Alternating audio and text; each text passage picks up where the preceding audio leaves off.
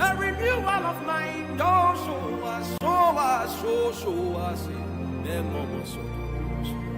Show us thy mercy, oh Lord. Sing, let the... Hello viewers, it's another day that we've come together again. Today is a Thursday. We've got an amazing brother with us, and today we want to strengthen, send a very strong signal of information to our youth and anybody that is inclined to study in and outside wherever you live. We want to show you something, and then the caption of today is that the Christian youth and academic excellence. The Christian youth and academic excellence. You have no idea how much people are drifting these days. I watched a video, viewers, recently of certain young men who are fully drunk. I mean, drunk of whatever substance, I have no idea. He's standing up and then he's sleeping. But then if he had an aim to achieve certain levels in excellence in his life, things wouldn't go the way they are going. And even some of us that have actually taken to pursue academics or to study, to go to school and learn more, how are we even doing it? If you get to know how people are handling education, to be honest with you, you'll be shocked how people are handling it. As if they are going to school, as if they are not going to school. But today we've got a brother with us who's been through it all. From whatever level to whatever level you can ever imagine. I introduce to you Brother Frederick. You are going to love this brother. I introduce Brother Frederick Dadzie to you, and he's going to tell us more about himself as he takes over today. Enjoy the program as we move on. We don't only have to share funny stuff. Let's share things that will bring growth as well with our friends and our loved ones, and God will bless us. Reverend Collins Kwache, God bless you as you've tuned in from London. Brother Eric Kufuor from Ghana, God bless you as you are online with us, and God bless every other person. Please share these videos on your walls. Share this, send it to people that you think would need this. At least just as you share it to the people in your friends on Facebook and YouTube and everywhere, their lives will be blessed. So just do this evangelism and help a brother some way, somehow. God bless you as we change over and we speak to Brother Frederick right now. Brother Fred. Hello, Brother Fred. Thank you so much. Oh, can you hear me? Awesome. I can hear you. Thank you so much You are for most this welcome. opportunity. You are most welcome. You are most welcome. So how is everything going? We are managing by the grace of God, as Awesome. we all attest to the fact that we are not in the best of times, but God has been faithful as well. That's right. That's right. That's right. We thank God. So yeah, please, can you introduce yourself to our wonderful viewers? Oh, okay, sure. That I can do. My name is Fred Dadzie, as you have already been told. I'm a Ghanaian by birth and also by nationality. I was born in Takoradi in the Western region. I had my basic education there. Moved to Tema to continue for my high school, like junior high school. Went back to Takoradi to continue with my senior high school education, and then went back to Tech in Kumasi for my undergraduate, and then went to Germany to do my master's, and then now I'm here in Australia pursuing my PhD. So I would say that at least throughout all these, I have known Christ, and I have not regretted knowing Christ. Wow. And so I feel that I'm not an authority, but I have some few tools and few information that I feel that I can share with our fellow brethren. That's that right. would be beneficial for their academic excellence. That's right. That's right. God bless you so much. So you've been everywhere. You've studied in Ghana, from what I can hear.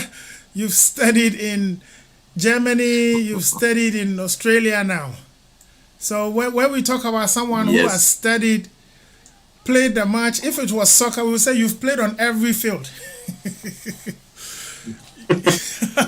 Yeah, you've played on the local. You've played one Chenny from the. Let me make it interesting again. Yeah. When I was in Germany, I also had the opportunity to go to South America to study briefly, and then also to Asia to study also briefly. So I would say that I've traveled like a few continents. Oh, so you've touched. You see, this is what I was saying. Permitted to say. Yeah. So you've played on all the various types of pitches that every professional would want to play. If you were a soccer player, you've played in the sand, you've played on the AstroTurf, you've played on all, even you've played on the moon, or you've played ice soccer maybe. Yeah, so that's just on the lighter side, viewers. Our brother has seen it all. So if he's telling you something, if he's passing on an information to you, then you are hearing this information from somebody who is not someone who has read to tell you, but he has experienced it and is sharing his personal experience so that it can bless you as a child that is a child of God. Because we want to get people of God, children of God, rising up in their ranks to any level in society, so that we can have people planted at higher levels in society to bless the kingdom. So yeah, so brother, as you've studied in Ghana, let's start from this way. How do you compare studies in Ghana to the study across all the various places? What was the major difference you've noticed studying around the world? Thank you. Before I came to Europe to study in Europe, I had this perception that studying abroad was much easier compared to Ghana. Yes. But that is a complete lie.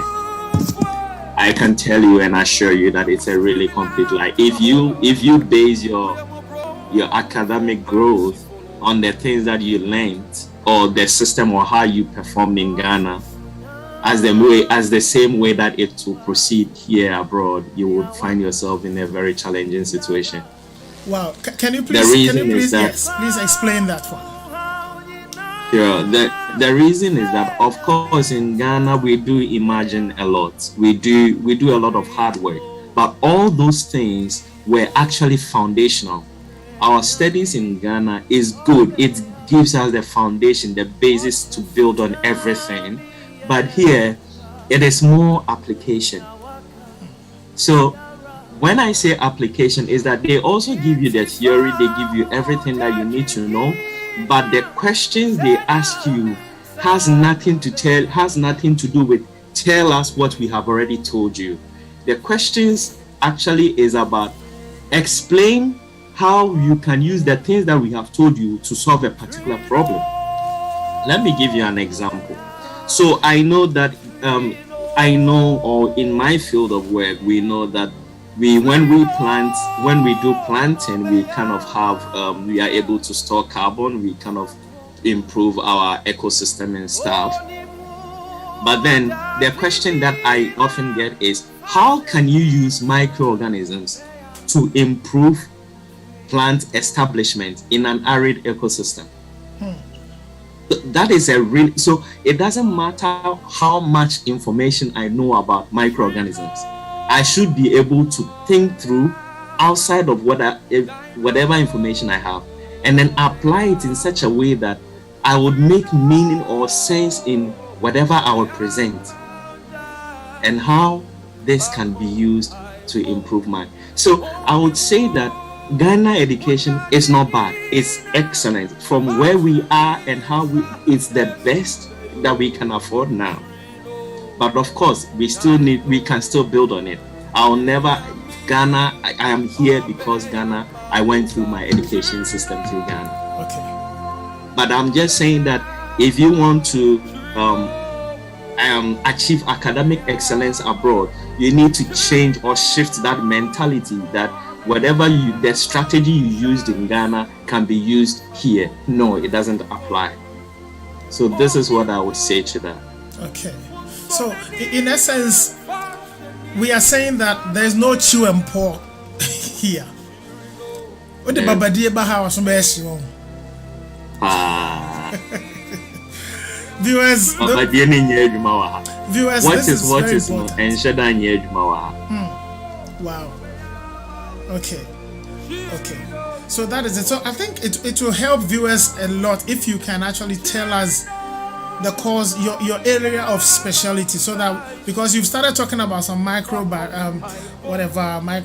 what did you say again?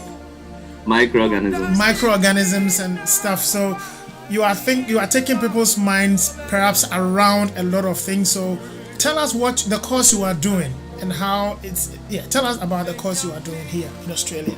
Oh, okay. So currently I am involved in a mining project. So a mining company, they are aiming to, so before I can explain it from this point, that in Australia, it is required by law that every mining company is able to bring back the vegetation of the land before they mine.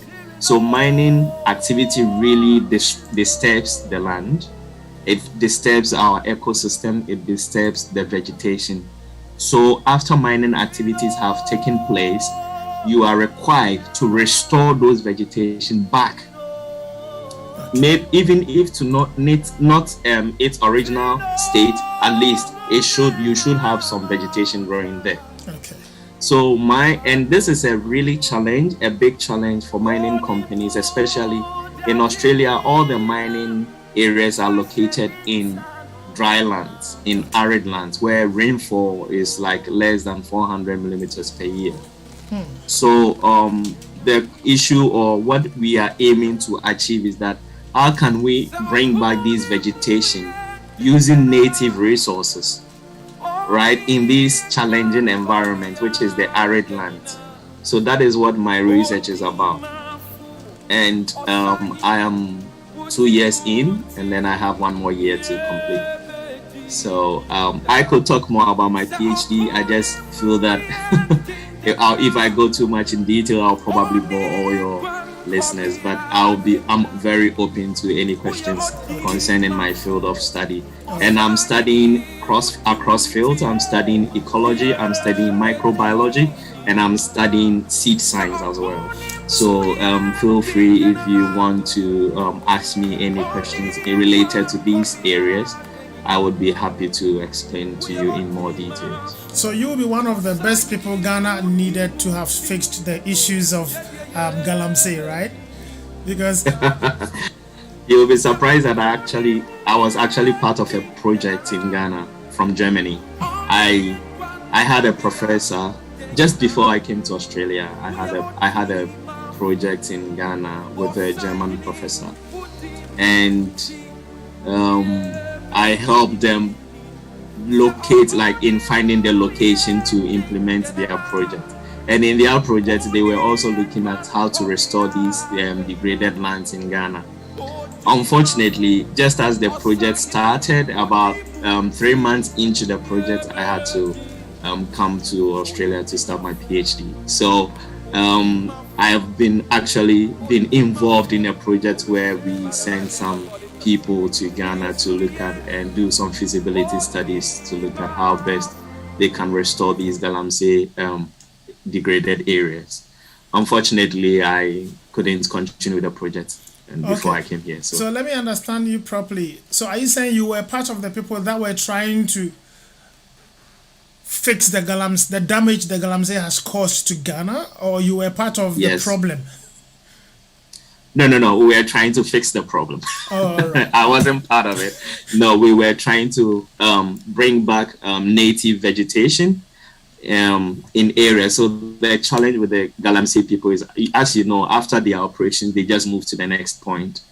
And then, so the degraded area, it's more challenging for the vegetation to self-revive or, self-restore. So we kind of assist the vegetation there. We call it assisted restoration, or active restoration.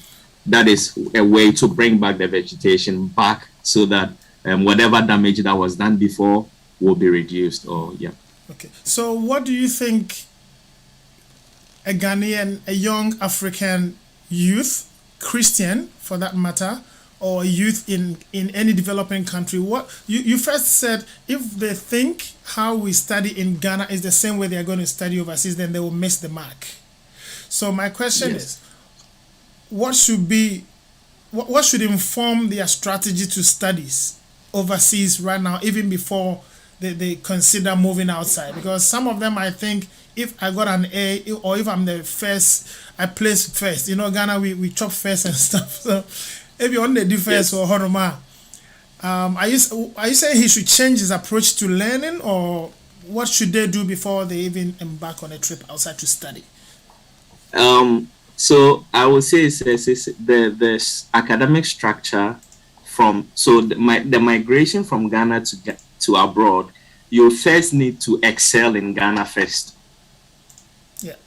That's so whatever strategy you are using in Ghana to excel, you need to use that and excel. You really need to get to the point of excellence before you can think of moving outside the country. So having ridden on the shoulders of other scholarships or the benevolence of international scholarships, I'll say that the first thing of judgment is that you should have first class. So most of the scholarships actually judge their students or award their scholarship to students who have already excelled. They've already gotten first class from Ghana or from any other part of the country. So you first need to get that excellence. Now, when you have moved to in here, that is where the conversation changes, or that is where the study strategy changes. And here, when you have moved abroad, the first thing that I would encourage anyone is first to talk to the locals. Have a buddy, somebody who in your course of study, you will find some people who are extremely good or some people who are good. You have to by force befriend them because they have been in the system. They know how the system works. They work with the system.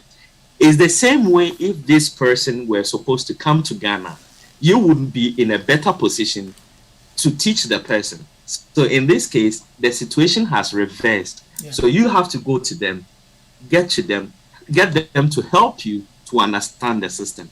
And one of the things that I realized, especially in Germany, is that most of our friends who came with first class and my colleagues who came with first class and stuff, they thought that they were really brilliant.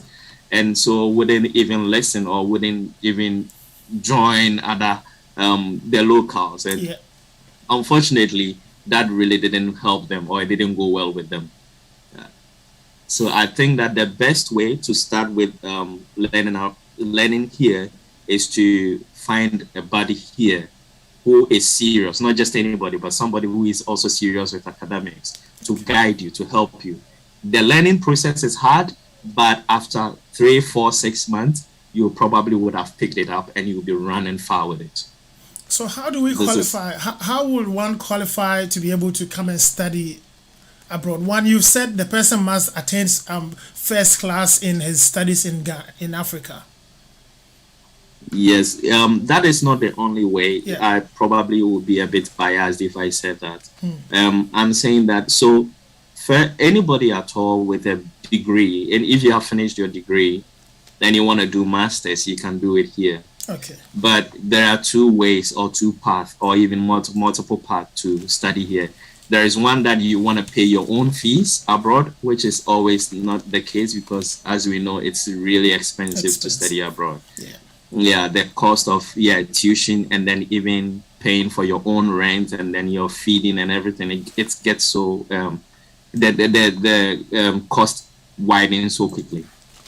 So most of us, or let's say some of us, we normally try to win the scholarships from the countries that we intend to study.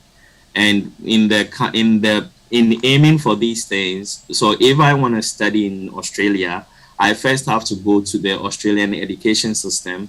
They have it online, know how they award their scholarships. And then I have to strive to make sure that I get within the qualifications that they want. Okay. So one of the things in Australia for international students is that for masters, I can't say for masters, but I can say for masters in Germany, is that you should have first class.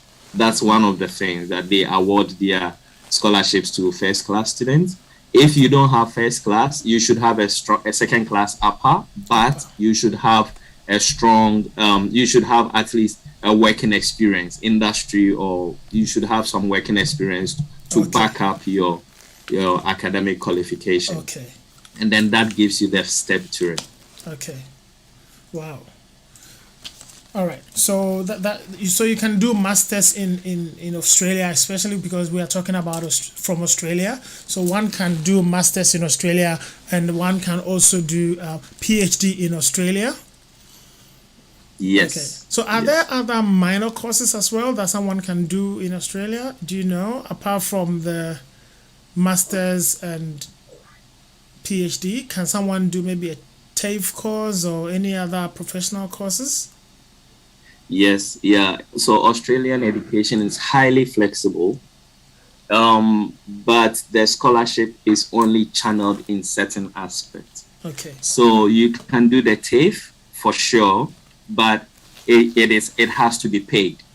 I don't know that there is any scholarship for TAFE for international students that anybody can just come in, unless it's an arrangement between the government, the two governments. I know that there is something like this that is instituted in Europe, that the government appoints some people to come and study technical education, and then they return. In Australia, this is there, but I don't know if they award scholarships for that. Okay. So there are multiple channels of practical courses. There are TAFE, there are vocational courses, technical courses that anybody at all can study. But if you are coming in as an international student, then those courses might not be applicable for you, because they have designed it in such a way that if you want to come in, you have to pay for your fees, because they have designed it to train their own residents or citizens. Okay. That is so accurate there. So generally, what would you say to anybody as per your experience? So what were the, now you've told us a few differences between studying in Africa and studying overseas. So what would you say would be the most challenging aspect of, apart from the classroom, which you've said the approach to studies, what would be the most challenging experience socially, economically? Generally, what are some of the most challenging situations you have faced, which you think people should, if you prepared in a different way, things would have turned out differently for you? So first of all, I would say there is always a culture shock. The culture shock, I don't know if there is any preparation for that, but I would say that if no matter how much before you move into any country, try to read as much as you can about the country. Now, as a student, my major challenge in Australia, I haven't had major challenges in Australia per se, because I sort of lived in another international country and then came also. So I kind of had a flexible integration into the system. Okay. But in Germany, I would say that there were a bit of challenges, especially. So one thing that I would say is that even no matter how much scholarship you get, when you're traveling abroad, you should prepare for financial challenges, no matter what. Because I remember that during the first 4 weeks after traveling to Germany, we had to do a lot of paperwork, and before the money could be transferred, because nobody gives you money physically, it has to be transferred into your account. Yeah. And we had to do a lot of paperwork to get this things sorted out. And I had very poor knowledge of the German language, so I made terrible mistakes in there.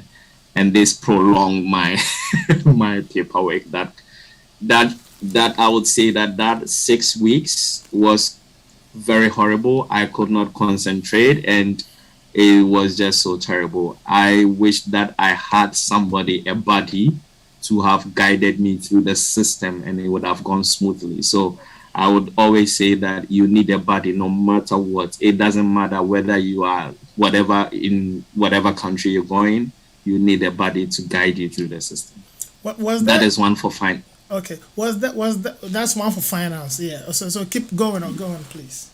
Yes. And then for the social aspect also, I tended to so as you know, in Ghana, when you just say hello to somebody in the train or in the bus, you begin to think that the person is your friend, right? Yeah. You say hello one time, and then the next time the person is like you are bubbly and chatty all the time. Yeah.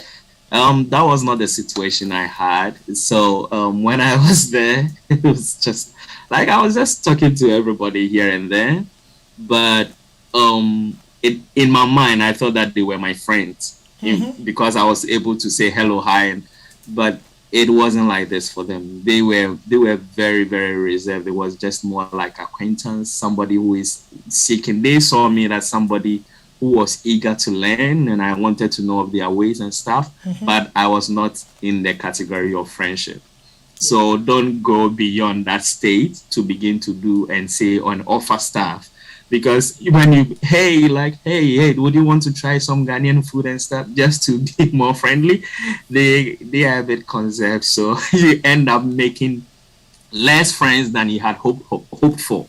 Because when you begin to do this, they also think the other way that, okay, does he want something from me? Is that why he's behaving so friendly? So there's always the other side of it. So the dynamics change a little bit, but so I always say you need a buddy to guide you through this. This is one of the social, the culture shock, that because I thought that, when I just smile around, talk to people, talk to everybody, then they will automatically become my friends. But no, people are kind of more conserved, and they want to know and take their time to study you before they kind of open up to you. So that's one thing that shocked me so much. So what was there? Was there any time at a point when you felt like, I want to go back home? Oh, several times. Wow. Wow. I have to be sincere. There were so many times that I felt that no, I probably, even to the point that I said that academics is not my field. I just need to stop and just go back home and do whatever I was doing. That's because you get frustrated with the system. You get frustrated from, like I said, I remember my first exam in Germany. I went straight to my professor and asked him, why did I get these scores? Because I was expecting excellent scores all the way through. But then I was just getting a pass mark, just because I was only providing them the very things they had told me. But that is not what they needed. Now we put babano. What di babana we put ma bruni? Me di babana na mi pugusa. Intino. I remember me call me professor. My name me colleague Bako. They call a professor was on train exactly how the marking scheme works. Because Miami who said Miami himself matre pa. And so results nearby. Truly, he got my paper out, and there was no wrong. They don't even mark wrong. There was nothing wrong on there. It's just that the point he was looking for, the arguments I needed to raise to get the full mark were missing. I was just giving him all the definitions and explanations to the definitions that I was just saying, but he didn't need that. What is atom? Son. What is and atom? What is so I remember say I had to change my madam for that semester. We needed to change our thinking. We needed to befriend people fast. That was so these were the things that made me mistakes I made, in the beginning, when I could not make that friendship, because you become so friendly, but people were also kind of very cautious as to why you are friendly. So I just, at some point I said, okay, I don't care. I'm just going to do what I have to do. And then I just went on to study what I needed to study. And during the exam, it was just so much. It was really, really sad. And I was thinking that, so I was thinking like this. But that was a wrong way to think. It's because I was lacking wisdom. I should have contacted the people. In everything, we need wisdom. You have to apply wisdom to whatever you are doing. And when I contacted the people, graciously, I thank God that I finished in German terms another first class, even though I started poorly. Wow. So I would say that yes. So you really need to change, and you need to change quick. And that can be frustrating. I remember that also in the classroom. Hey, you know, you are in a class that you think that everybody doesn't know. But the questions that people are asking, Professor Ninsema or Kano, you wonder, where did these people learn these things? That I have no idea. And I'm just sitting there like, I was just sitting there, had no idea what was happening. And the people were asking questions. And I felt so down. I said, I'm in classroom, brother. Now, kasa no mu bisa question. No mu bisa question. And then, where are these people reading? Not knowing, when the professor uploads the class a week before, or uploading all the materials a week before the class. Now, upload online, yeah? Online. Unia. So that's your computer. Glory to God. So my brother, let's clarify something here. So it means before the day of the lecture, the international professor, teacher, Colin, will send you everything he's going to use to teach you. He'll put it on the internet and tell you, I've put it here. Go and read before you come to school. Yes. So when you come to school, you are informed. So you can actually ask him what you did not understand. Perfect. But you didn't know about that type of system. No. Maybe you didn't even go with a laptop. You went there with a pen and a book. Viewers, these things are very pathetic, and we are going to get to a point where we will understand why Ghanaian graduates graduate from school and they are still illiterate. That is my major question. Why we graduate from school, we do the graduation ceremony. Nice, photos. But whenever we go to the job front, we need to be re-educated. Yeah. We will get to that point. So please go ahead first. Yeah. So the thing is, and yes, I'm a computer, but I didn't know anything about intranet. I didn't know anything about using the university system. I didn't know about like having access to online. Germany near friend Aula. So this is a platform for students and teachers where the students and teachers communicate. Yeah. Normally, when you go, we were told during the first week in our orientation in Germany, but Unia, I was so happy. The orientation, I forgot nearly 80% of the orientation information. So, if I had a buddy then, he would have guided me. So, I would say that I needed to unlearn some of the things. That's right. I needed to unlearn and then relearn again.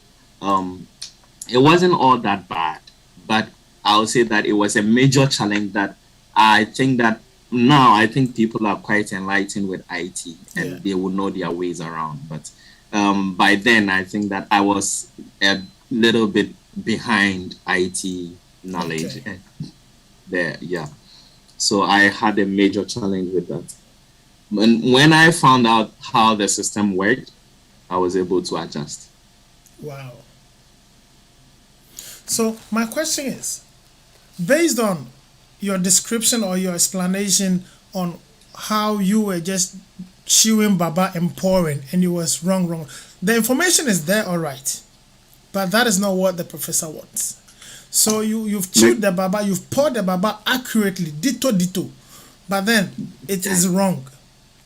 I want us to look at how that, from where I'm sitting, okay, I'm putting it to you. I put it to you that because we only chew baba and pour, this is why we graduate as chemistry graduates, engineering graduates, but we cannot manufacture. We cannot do anything because we've only chewed information and given it to the lecturers without processing the information.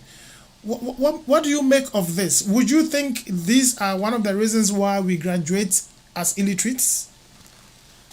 That would be very far-fetched. I wouldn't say that. So, I also know students from Ghana who did marvelously well abroad. How they did it, their strategy, I don't know.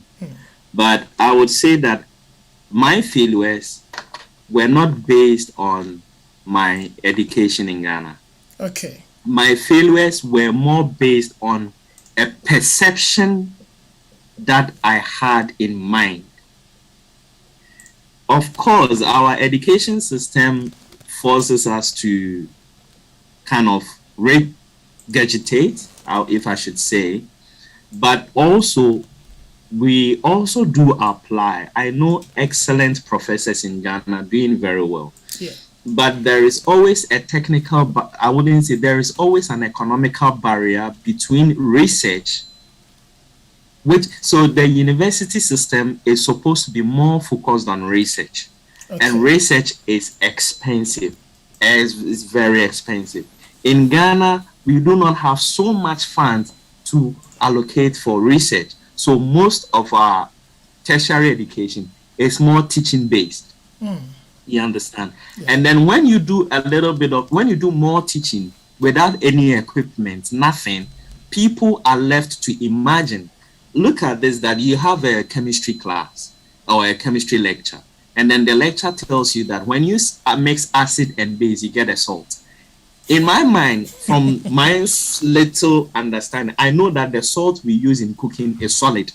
Yes. But when you tell me you mix acid and base, acid is liquid, base is liquid, I should find salt. So I'm expecting that when I pour these two chemicals together, I'm going to see the solid, the salt, to use salt in my kitchen. But that's not how it works.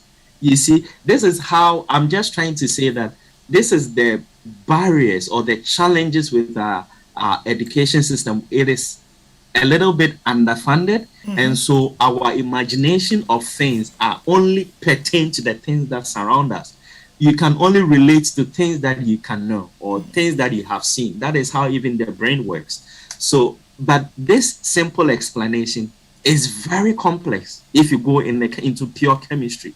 But just mix acid and base is not like that. You have to, there is some dissociation, there is some recombination of chemicals or compounds. So all these things come into play. But we don't have, so we don't see them.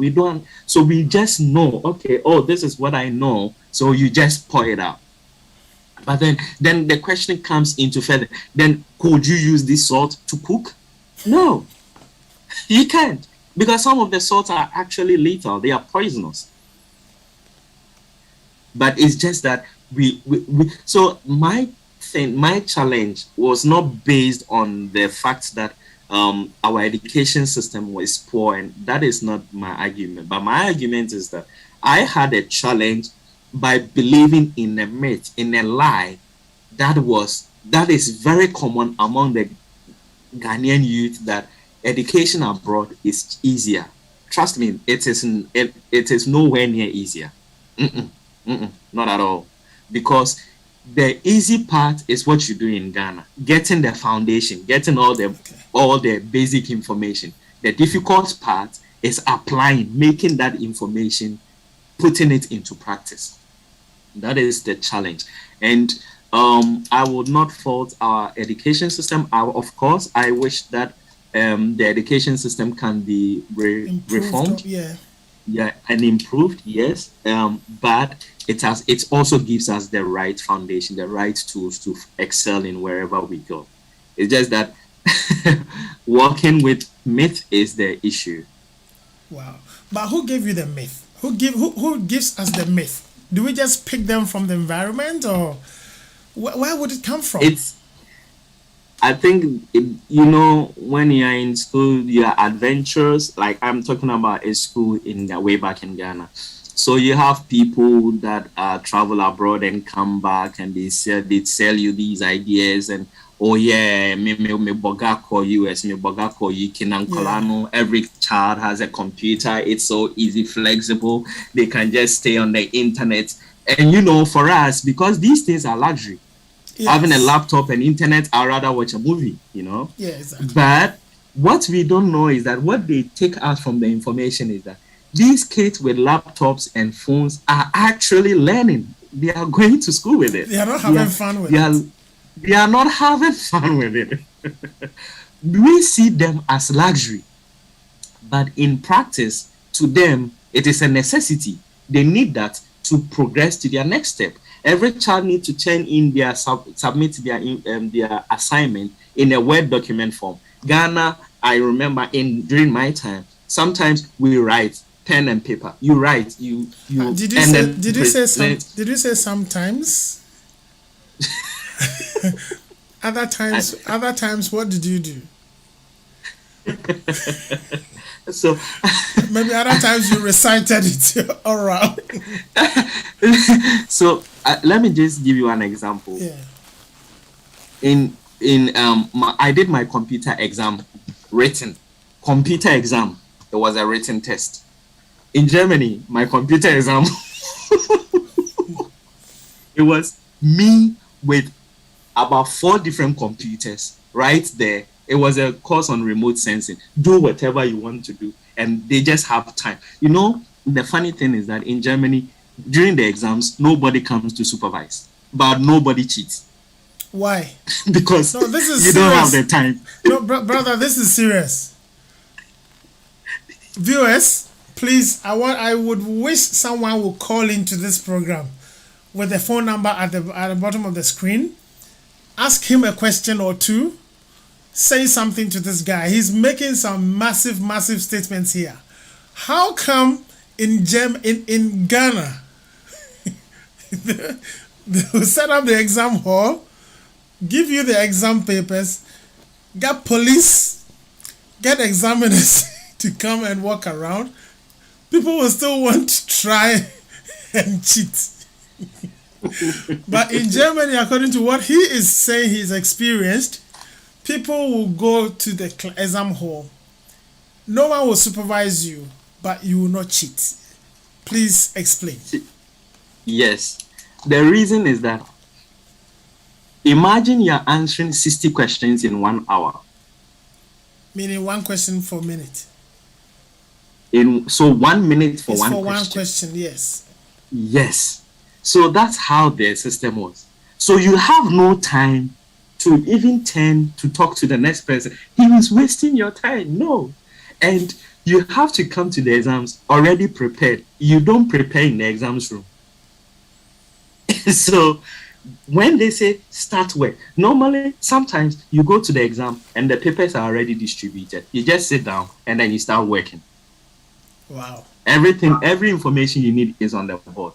Sometimes you have people coming in just to tell you what you have to do and stuff. I remember taking my remote sensing exam in a computer room, just myself, nobody there. I had 4 computers, everything there, just me, and my exam sheet, question paper. Produce this, and then you have 30 minutes to produce that. You can do whatever you want to do. You can look, but you realize that you should have already prepared from home before you come in. So you don't even have time. So can I say that in the developed countries, when they teach you, the end product of their teaching it's actually supposed to be a tangible product, as if you were actually practicing in the industry. Whereas in the developing countries, they teach you, they just give you information. They don't expect you to process it into a product. Because that's what I see. I remember there are certain courses in Ghana when we were in university. I will say proudly, my department, yes, we came up with product and results, because the nature of the course is that you can't just write the product. So, but when it comes to engineering, I had a brother, engineer Nemo, God bless you wherever you are. I was always teasing him. You guys always say nothing moves without an engineer, but brother, our car is spoiled. It's not moving. You are here, brother engineer, man, fix something. Let us move. But no, it's just a saying. They have given them a slogan that they just told you. So I feel I would just give you this joke. One of the professors in his school, which I will not mention, he was teaching them some course, and then the students said, "Sir, this whole formula thing, I don't understand anything." The teacher told him, "Stupid boy, do you think we are here to understand?"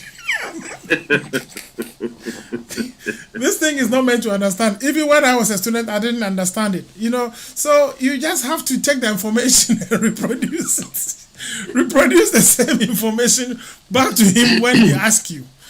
So it looks as if over there they give you information and they expect you to give the same information back, not to convert it into a tangible product. Yes. Do you think that is the case? So, what I can say on this issue is that in Ghana, there is a big gap between the industry and the professors. And the academia. So these are two institutions. They don't interlink. But in developed countries, these two institutions actually work hand in hand. Okay. I told you earlier that my project is actually in the mining sector. Yeah. Okay, so you're already working hand in hand with the industry. Yes. Yeah.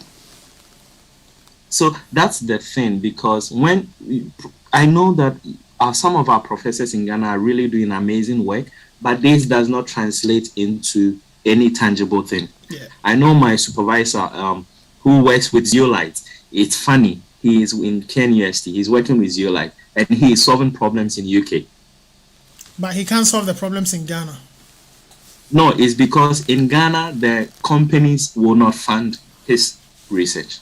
So is it because they don't think it's important enough to fund it? Because they can fund the beauty pageants, the show, man. Ghana Music Awards. That discussion is beyond me. Yeah, I'm just saying it. I'm not saying it to discuss. I'm just putting it across like that. They can fund footballers and pay them good money. They do a lot of wonderful things in Ghana. Especially they can buy pickups and cars for political campaign when they can do it online and on televisions. Yeah. They're doing really well though, but so I know that universities in Ghana have a funding system where the professors need to apply to get these funds. Yes, I know early career research funds, but most of the time it's woefully inadequate. That is one said. The other thing is that the professors also do excellent work, but because there is no cross communication with the industry, the work sits in the university and never gets out. Okay. And sometimes they tackle archaic problems because they are not really linking up to the industry. Issues that are no more relevant. Exactly. So let me give you another example. Let's say in the mining industry in Ghana, one of the things that they use to cure mining or to get the gold, amalgamate the gold, is to use mercury. Right, and we know the galamsey issue. In certain countries, they no more use mercury; they use magnets. You see, so even if these professors knew that you could use magnets to get your gold, there is no cross communication. So you realize that you will still be researching into mercury, but the world has already moved on to magnets. So whatever you are researching into, it's now. And will you be surprised if students are being taught with a textbook written that they are using the same magnets in some countries? They are still teaching. People are being taught of the not that old system because documents have not been updated or something. Yeah. Because I remember when we were in school, a certain department, some of the students, the first years will come and they run after the final year students like no one's business. Maybe you can relate to this. They are going to collect their books. Not the other one, but they are actually going for their answer booklets. Oh yes. They call it dabo. Grandfather notes. Grandfather notes. They are going for grandfather note or dabo. So there I was looking at my pharmacy students, my colleagues, pharmacy students in my room.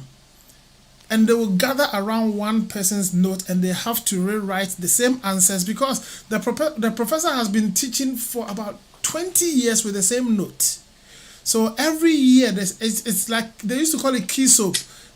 Tradition goes on. So when you come to first year, you look for a senior, you take his notes, and then because the questions that are coming mid-semester will be the same, nothing will change. Then you just copy the answers for him. So I asked them one day, there was one guy, I think for the sake of his profession, I won't mention his name. I asked him, my brother, so are you guys the pharmacists that are going to be prescribing or manufacturing medications for us to drink one day? Because, Master, what you guys are doing here under my nose, man, I don't trust any of you guys again. It's just copied work and they will pass and they will move to second year, do the same thing because they gather their books. So some of them pay money to the seniors. I don't know if you've seen something like that. So it becomes like people don't really, we are not ready, we are not serious with certain things. I would say that the cancer in our education system is that we Ghanaians, we have been taught that we go to school to get a job. Okay. But here, that is very profound. In abroad, we go to school to train our brain. Okay. You see, there is in here in Australia, every course that you do, there is a section for reflection. Every course, there is always a reflective section where you have to think about, reflect on the things that you are being taught. Okay. And how to apply that. In Ghana, because we are going to school to get a job, we are doing everything that we can just to go through the school. We are going through it. The school is not going through us. Give you the certificate to show to your boss. Our brains, our brains are not transformed, even though we have finished maybe tertiary institution, because we are just going to school to get a job. But when you go to school to train your brain, that is where you hear an information, you sit down, you analyze it. No, this can be true, this is not true, this I believe the government, this I think that the government cannot do. So then you begin to make informed decisions based on a highly trained brain and not based on the fact that you are going to get food on your table. Wow. You see, and then when you are able to train the brain, that is where development comes in. Wow. Because we are no longer looking at training our brain, but trying to get food on our table, we are going through the school system. It's like we are churning out graduates who actually have nothing to do with the industry. Wow. You have engineering students who have passed their exams, have first class in whatever field they went to, but don't even know what a positive and negative terminal is. Wow. In terms of real life. If you can tell an engineer, electrical student, okay, so if you have this tall building, what would be the best way, the best plan to wire the system? And they will tell you that go to the structural engineer or go to the electrician. And all the time we have, that's one of the major things. We have major problems in Makola. Every single year, there will be an electrical issue, and then it's causing fire. And the electrician is not a professional. He has never been to school. We go through our apprentice system. So our apprentice system is such that it is also not a formal documentation or a formal training. Yeah. So we are also using the old methods that that the master trained him several years ago. And so the refreshing system isn't there. There is no certification to control these people. Just a few people have the certificates that they can work on these. But it's just so, I don't even want to go in there, but it's funny. It's funny that how our education system. So like I said, I started my abroad studies with a myth. And this is one of the myths, that we don't need to go to school for a job. We need to go to school to train our brain. Wow. That is what we need to do. Wow. Really. See, if we want to change stuff, if we want to change things, because let me give you an example. An environmental scientist would just go to the beach with his pure water, whatever it is, and then drop the plastic just right there after drinking, emptying his pure water, whatever it is. What is it? Pure water sachet. Yeah. An environmental scientist. Why? Because he is not thinking about what he's doing. He's only thinking about what job he's gonna get. So it actually, in a sense, we go to school for a certificate to show to our boss. Exactly. That's what we do. I'm on for where they can you trio. We're more ding. We're more ding. It looks like it's Yep. true. It looks like it's true, because what you are so right. If I know that I'm going to school to be trained for the industry, and I know I'm going to work, and my productivity is what is more important, I would not see the reason in not understanding the course but want to graduate. I would even Yes. request that please repeat me. I want to understand this area better so that when I go I can actually work well. But it looks as if no, we wouldn't mind. You just let me go through, because the So certificate is that's all where the that grandfather matters. notes come in. That's where the grandfather's note come in.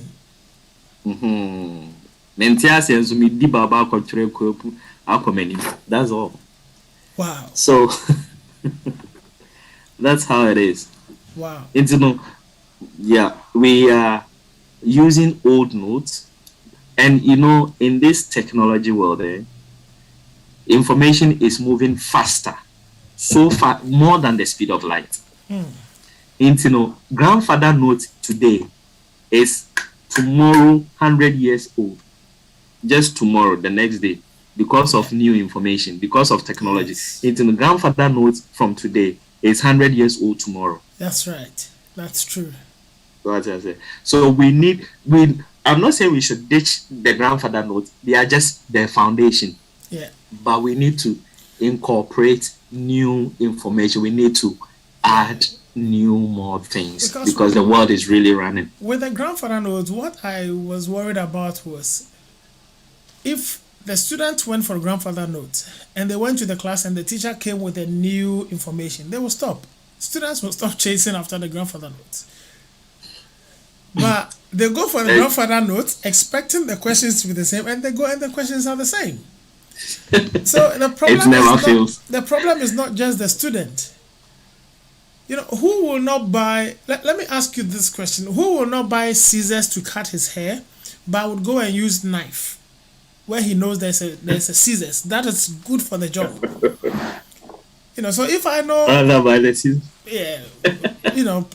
invention is all about problem solving. So if I know it's been invented already in a small notebook, costing nothing, all it costs is approach a senior, then everyone will go for it. So, Brother Fred, before we conclude, what do you think your course of study, how do you think you can use that to make a change in Ghana?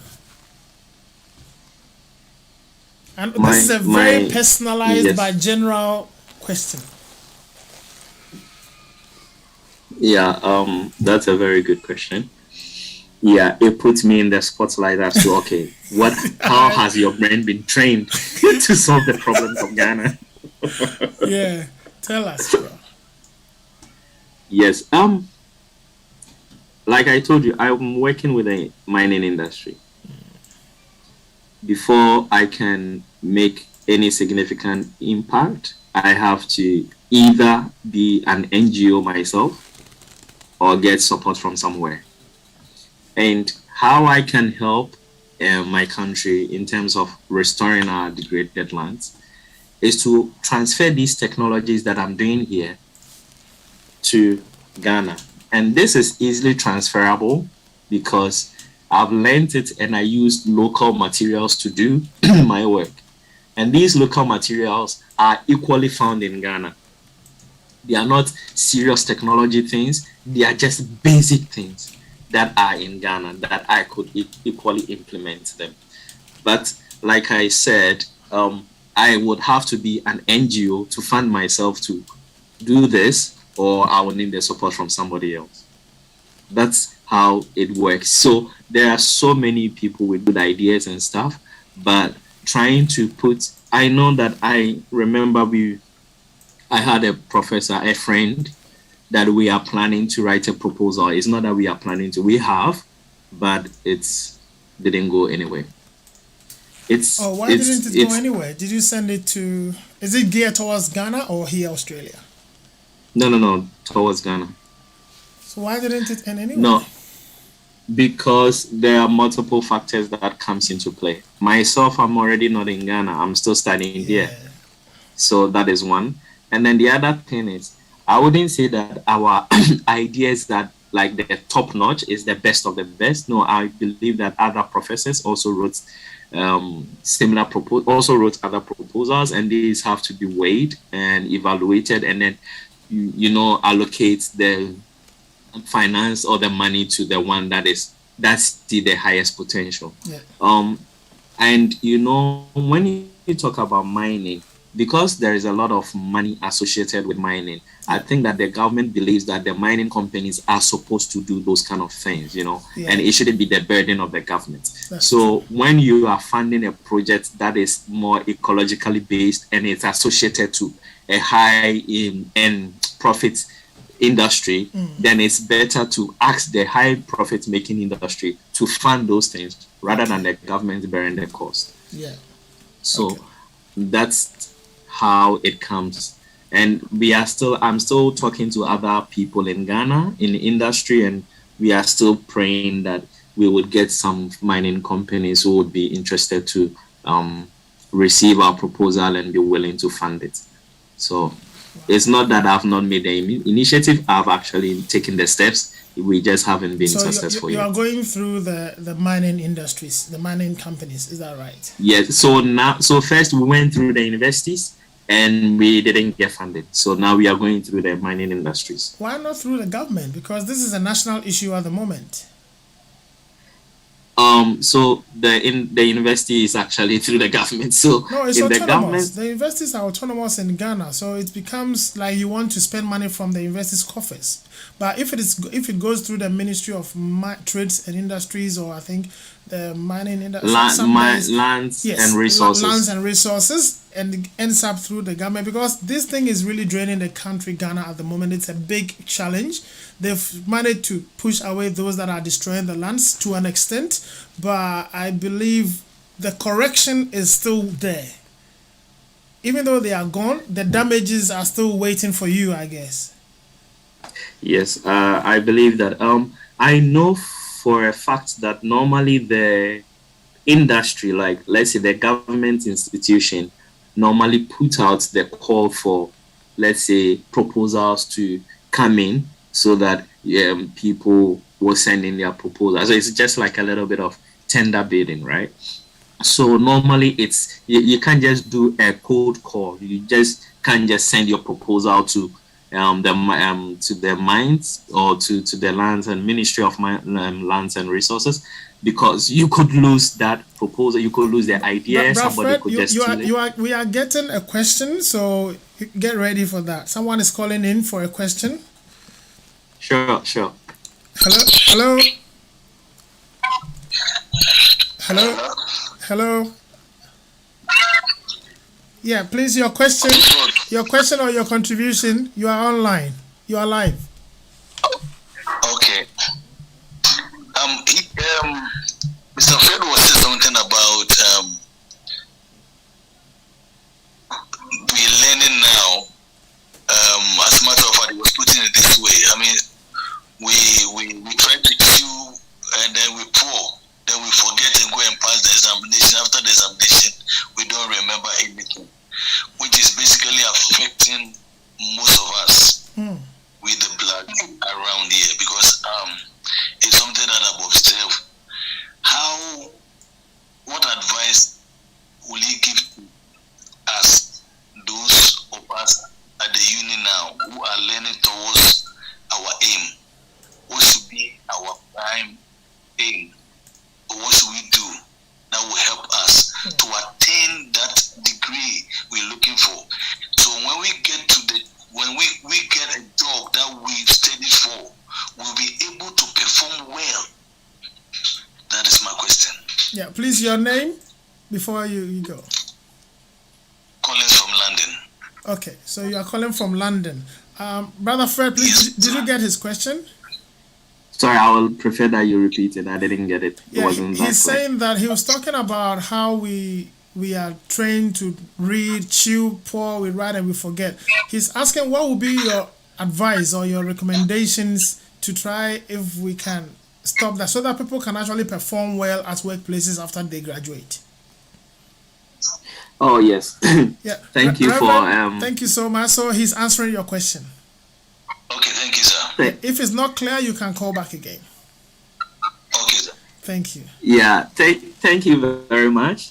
This is something I battled with way back in Germany and also here as well. But I'm not saying what I'm gonna say. It's not like the 100% antidote, but it has helped me to get to where I aim to be. So I hope that with my information, it would also help you. So normally especially in Germany, we had a lot of articles to read. When I got my article, I didn't rush to read so many. It was more on the quality of what I read. So when I read one, I had a book that I write a summary of what I have written. I also take time to think deeply into. So when I take one article, I read it, think about it deeply.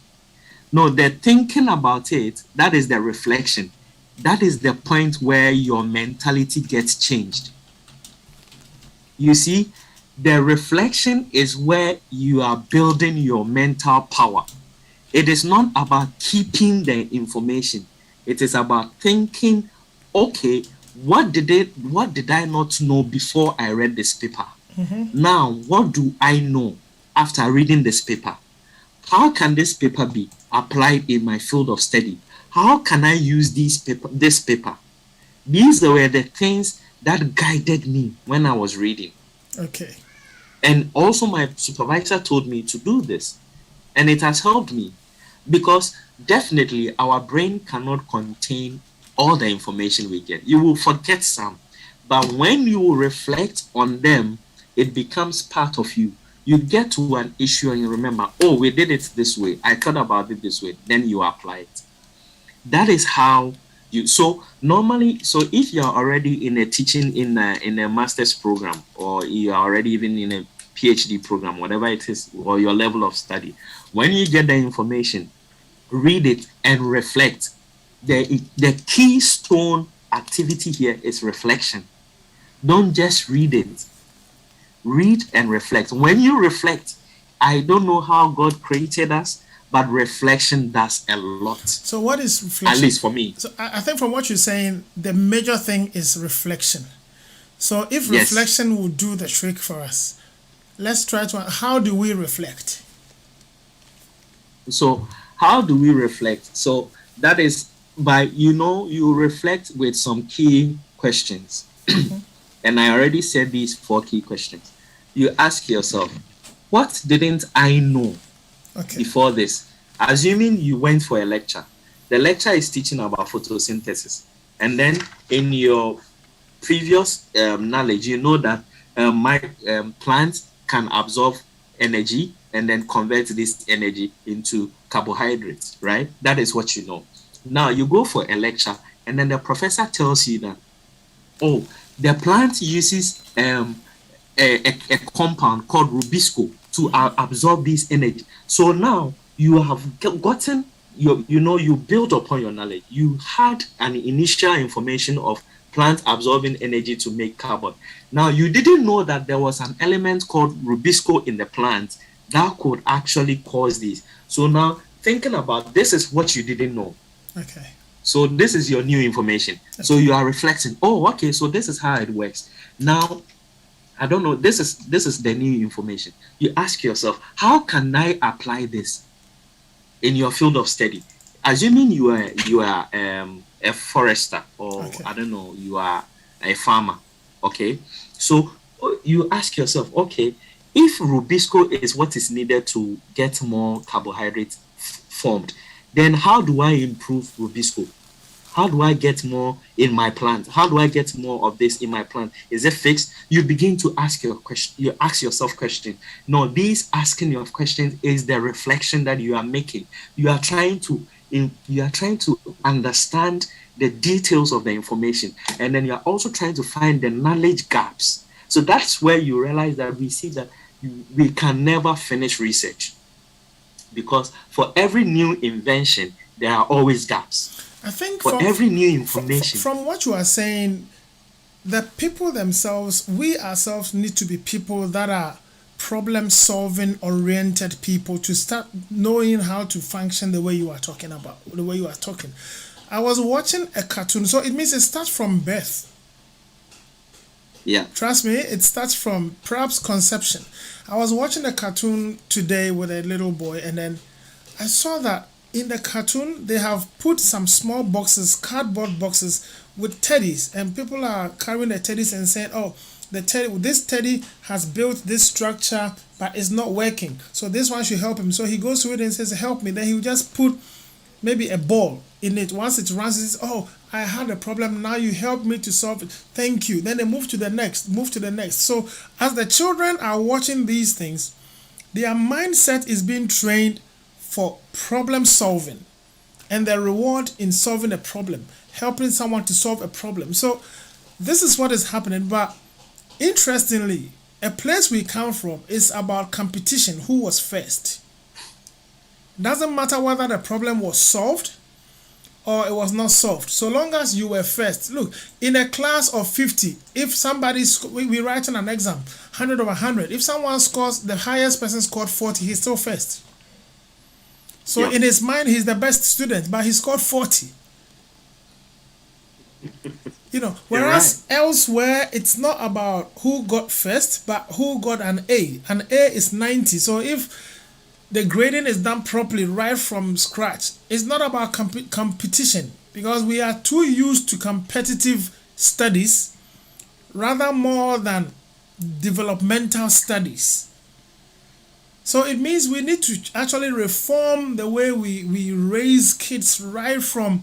So it's going to be a generational thing to change the thing, because now with you, from what I see is you've actually jump-started the process, try to force a so you need to discover yourself. You have discovered yourself whilst on the treadmill, and it's still running to be able to go through. And how many of the people discovered what you've discovered to take you through like this? So people may have failed and they could not complete their courses, maybe because they couldn't get to this point. See, there is one statement I need to make. Any Ghanaian student that has traveled abroad to study is already an intelligent student. Of course. Because the process of selection is very rigorous here. Okay. So to be able to come through here, you're already an intelligent student. That's right. Where the challenge is how you change your strategy to meet the system, and then change your mentality to realize that I'm not going to school to get a job. Okay. I'm going to school to make myself better and the society better. Wow. That is what really, really differentiate a developed and a developing country, because in developing countries, it's all about the job. In developed countries, it's about making the society better. So that's why they have 10 years plan, but we have just we plan on the go. voting plan. We plan on the go, man. We have 4 years plan. We have 4 years plan how to change the government. Voting. Anyway, that is on the side. Ghanaians, take it easy with us. Look, in conclusion, what will be your final words to Ghana or to the developing country as a country, and to the youth that are coming up, especially the Christians? Maybe next time we will talk about life as a Christian student. Life as I'm okay you can give us put it all together. Okay. I will give you the floor to just go through it, just wrap it all up for us. I'll leave you to go through this. Okay, sure. Thank you very much. I'm a Christian, and I must say emphatically that I have never regretted being a Christian.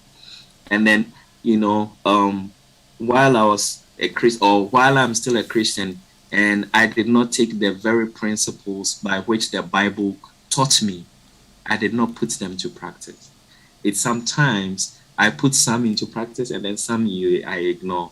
But then when it came to excellence, I knew that I have been called into excellence. Right from my junior high school education. That's one thing my mom said. She told me that I can't give you a cocoa. I'm not a farmer. I can't farm cocoa for you. The only thing I can give you is education. That's what she told me. And so for me, in my mind, education is what will take me far. But then it was also founded on the wrong thing. It was because I just thought that, I have to go to school to get a job. But I had to change my training. Where I'm coming from, I want to conclude with everything that I have learned throughout my journey as a Christian, as somebody who is into academia. I would say that all Christians, everybody has been called onto excellence. God has called us onto excellence. Everyone. Because right from Genesis, God says that be fruitful and multiply. That is excellence right there. Because if you are not able to master whatever you do, you cannot even multiply that. So right from Genesis, God says we have been called onto excellence.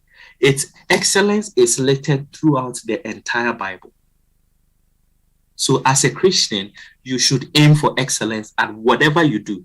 Paul says that even when you are serving your masters, think of it that you are doing it for God, so that you put in your best. So it means that in everything that you do, you must aim for excellence.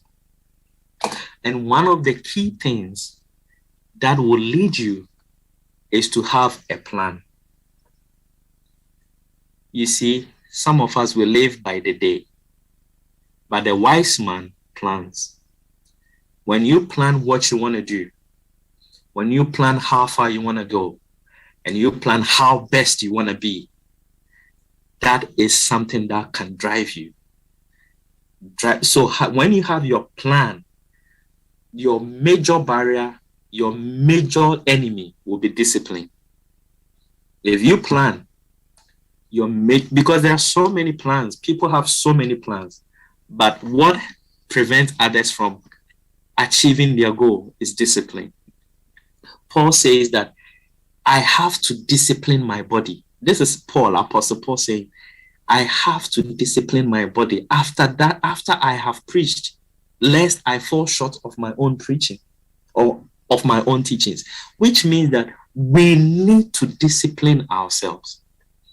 As a Christian, as the youth, as a nation, we need that discipline. When we plan, we need the discipline to follow it through. If we plan and we leave it there, it is just something on paper and nothing gets done. But when we take that discipline. Every discipline, if you go to Hebrews chapter 12, verse 11, I think, it says that discipline is always painful, but it always gives you a greater joy in the end. Discipline is painful. So I would say that with everything that I've said, all that I've said, what I can leave you with is that have two things: have a plan and be disciplined, and you'll be able to achieve whatever you aim to achieve. Thank you very much. And I'm still open for any question anytime. God bless you. Wow. God bless you so much. Body of Christ, I'm amazed. We have Pastor Fred on the line. Pastor Dr. Fred. Pastor Dr. Fred, this is an amazing brother. To be honest with you, since I came into contact with him, you just like him once you meet him, and he's really full on with information and knowledge, and he's been everywhere. You can hear it yourself. God bless you, brother. God richly bless you as you've tuned in today. Thank you so much. With the message you've given us, I believe people are going to be sending more questions under the video afterwards. So we'll be directing all those questions to you. Get ready so that you will send us the feedbacks, and people might be asking you for specific things to be done for them, to guide them in certain areas. And I believe by the grace of God, you'll be available to help us. So thank you so much for doing this for us. And the Lord will bless you as you've done this for us. So we'll sign out today, viewers. God bless you so much as you've tuned in. We encourage you to continue to share this with everyone. This interview has a lot of information in there to change someone's life. Don't be selfish. Don't hold back. Help someone, and someone will help someone, and someone will help someone. And in the end, the world will be a better place. As we sign out, I say still, it is Coda TV, reconciling humanity to the source. Stay blessed as you join in. Thank you. Thank you, and bye-bye. Bye. Hold my soul and all that is within me. Bless His holy.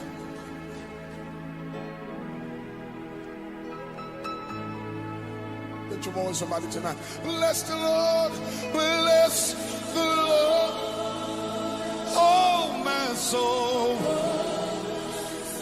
and all that is within me, and all, everything within, bless His holy name. Somebody, you want to lift your voice in the house tonight one more time. Come on, everybody. I will bless the Lord, bless oh my soul, and all that is within, everything I have in me, I will bless His name. Bless holy name, holy name. If you know He's done great things, lift your hands with me.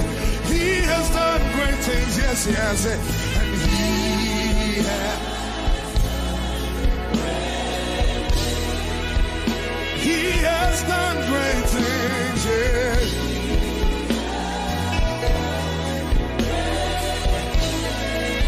Father, you've done great things, yes. So great, I will bless His name, bless His holy, come on, His holy. He has done great things, yes He has.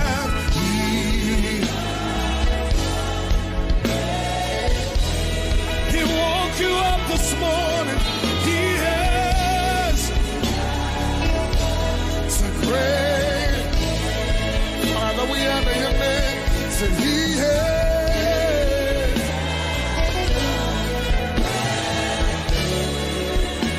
So bless Him. Oh.